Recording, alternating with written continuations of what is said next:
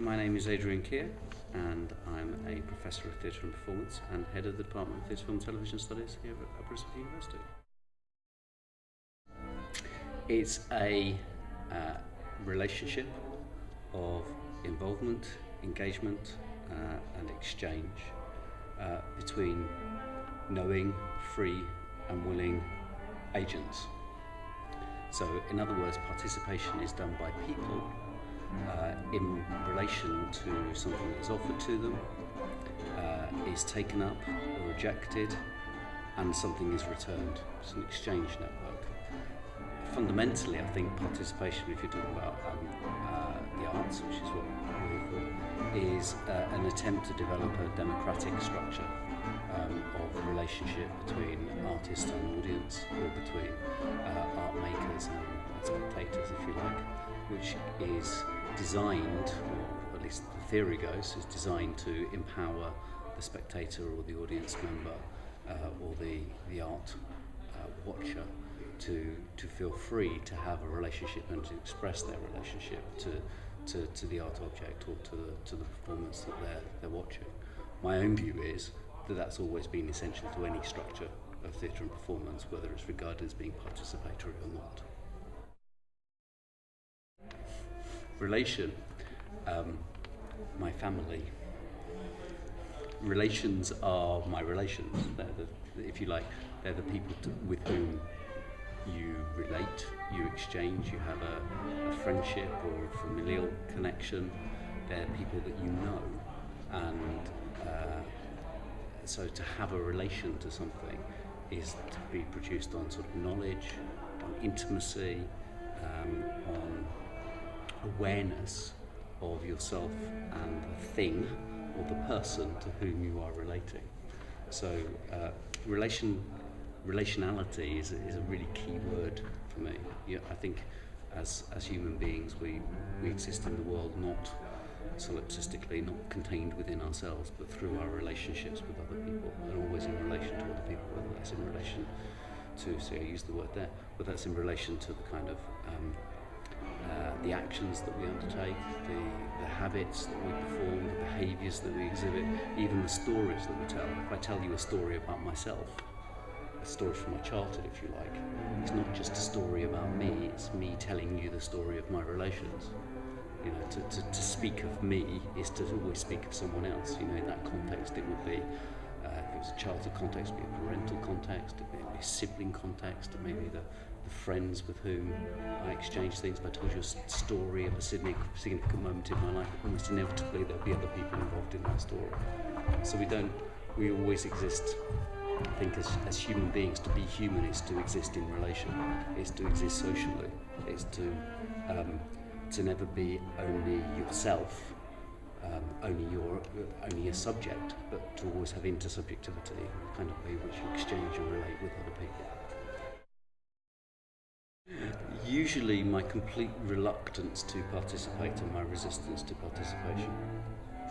And I'll explain why, is because, again, I mentioned it a little bit earlier, that I think the structure, quite a lot of the structures of so-called relational aesthetics or relational art, where my participation is presumed or expected, makes me want to resist that gesture.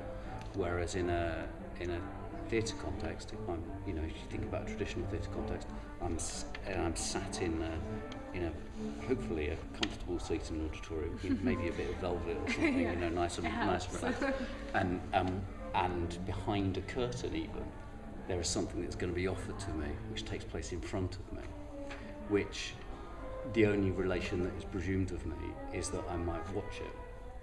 For me, I think I get a freedom of participation in relation to that fundamental non-relation. It's taking place in front of me, but it's not demanding anything of me. And in not demanding anything of me, I can actually choose how I relate to it, how I position myself, how I see what's taking place in front of me, whether I feel, whether I'm moved, whether I'm thinking, whether I'm critical. Those are all options that are available for me. Whereas when I'm in an artwork or a performance event, which is asking me to do specific things under the guise of participation, I feel it's almost the opposite of participation. You feel like uncomfortable? Well, not necessarily uncomfortable, but I feel like I'm being directed. Yeah. And in its worst manifestations, I'll probably give examples of this, I feel that I'm being asked to do the work of making the performance, where maybe I think that the makers ought to have worked harder at making the work themselves rather than expecting me as a participant to remake that work. The best forms of relational participatory performance and art practice don't do that. It's much more of an invitation, much more of an opportunity, much more of a sort of gesture towards the possibility of participation rather than a requirement to do it. When you're required to participate, I kind of feel like I'm at school. Yeah, I think, again, give you a slightly perverse example, because it would be easy to give you an example of all the bad things about participation, which I just talked about. But there's a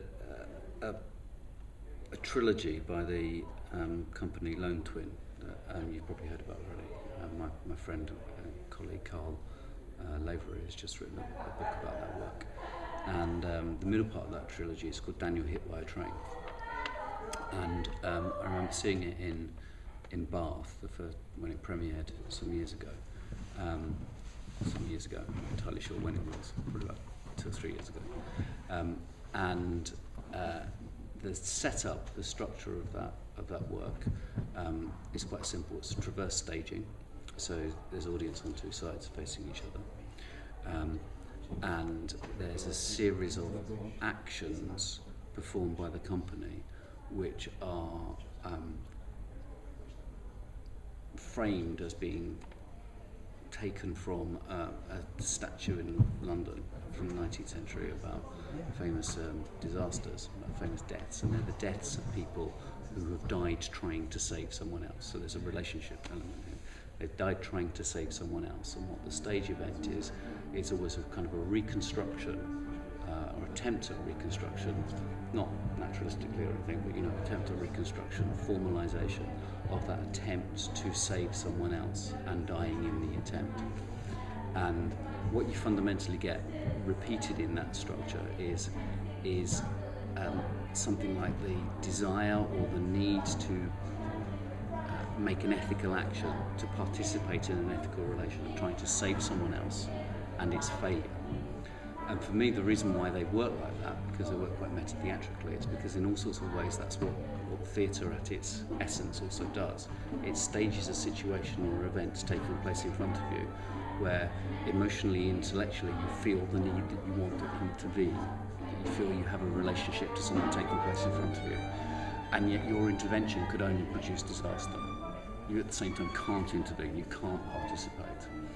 And it's precisely that kind of tension between the generation of the desire for an intervention and the recognition of the need for an intervention and the structural impossibility of intervening, knowing that intervening would break the very structure that makes it possible, that for me is pretty essential to a theatrical relation, and a theatrical relation of kind of non-participation, if you like.